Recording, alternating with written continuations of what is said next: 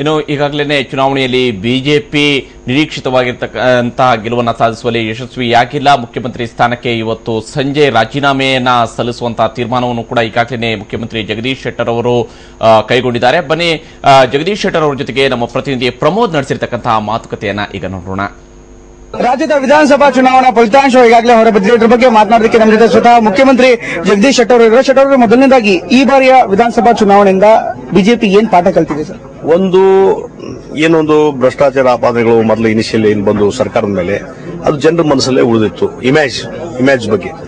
ಮತ್ತು ಇನ್ನೊಂದು, ನಾವು ಸರ್ಕಾರದ ಅಭಿವೃದ್ಧಿ ಕೆಲಸ ಕಾರ್ಯಗಳು, ರಾಜ್ಯದಲ್ಲಾದಂತಹ ಪ್ರಗತಿ, ಬೇರೆ ಬೇರೆ ಇಲಾಖೆ ಪ್ರಗತಿ, ಇವೆಲ್ಲವನ್ನೂ ನಾವು ಜನರಿಗೆ ತಿಳಿಸಿ ಹೇಳಿದಾಗೂ ಸಹಿತ ಆ ಮನಸ್ಸಲ್ಲಿ ಅದು ನಮ್ಮ ಪಾರ್ಟಿಯಲ್ಲಿ ಆದಂತಹ ಸ್ಪಿರಿಟ್ ಇರ್ಬೋದು, ಗೊಂದಲಗಳಿರ್ಬೋದು, ಇವೆಲ್ಲ ಜನರ ಮನಸ್ಸಲ್ಲಿ ಹಾಗೆ ಉಳಿದಿದ್ದರಿಂದ ಅದನ್ನ ನಾವು ಜನರ ಮನಸ್ಸಿಂದ ತೆಗಿಲಿಕ್ಕೆ ಆಗಲಿಲ್ಲ.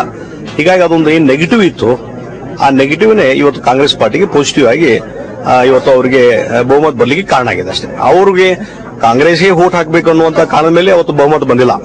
ಬಟ್ ಬಿಜೆಪಿ ಬಗ್ಗೆ ಒಂದಿಷ್ಟು ಮನಸ್ಸಲ್ಲಿ ಗೊಂದಲ ಏನಿತ್ತು, ಅದರದ್ದು ಕನ್ವರ್ಟ್ ಆಗಿ ಇವತ್ತು ಕಾಂಗ್ರೆಸ್ಗೆ ಬಹುಮತ ಬಂದಿದೆ ಅಷ್ಟೇ. ಸರ್, ಈ ಸೋಲಿಗೆ ಏನ್ ಕಾರಣ ಅಂತೀರಾ ಸರ್? ಈಗಾಗಲೇ ಚಿಂತನಾ ಮಂಥನ ಮಾಡ್ಕೊಂಡ್ರೆ ಈ ಸೋಲಿಗೆ ಯಾರು ಹೊಣೆ ಮಾಡ್ತೀರಾ ನೀವು? ನೋಡ್ರಿ, ಇವತ್ತು ರಾಜ್ಯದ ಮುಖ್ಯಮಂತ್ರಿಯಾಗಿ ಇವತ್ತು ಚುನಾವಣೆ ಎದುರಿಸುವಂತದ್ದು ನಂದು.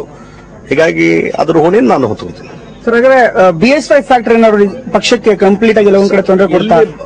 ಅದು ಬಹಳ ದೊಡ್ಡ ಪ್ರಮಾಣದಲ್ಲಿಲ್ಲ, ಸ್ವಲ್ಪ ಮಟ್ಟಿಗೆ ಆಗಿದೆ ಅಂತ ನಾನು ಹೇಳ್ತೇನೆ. ಓಕೆ, ಮುಂದೆ ವಿರೋಧ ಪಕ್ಷವಾಗಿ ನೀವು ಯಾವ ರೀತಿ ಇರ್ತೀರಾ ಸರ್? ಈಗಾಗಲೇ ಎಲ್ಲಾ ಸಭೆಗಳನ್ನ ಕರೀತಾ ಇದಾರೆ, ಸೋತವರ ಅಭ್ಯರ್ಥಿಗಳನ್ನು ಕೂಡ ಸಭೆ ಕರೀತಿದ್ದಾರೆ. 4 ತಾರೀಕಿಗೆ ನಾವು ಗೆದ್ದ ಎಲ್ಲ ನಮ್ಮ ಬಿಜೆಪಿ ಶಾಸಕರ ಒಂದು ಸಭೆಯನ್ನು ಕರಿತಾ ಇದ್ದೇವೆ.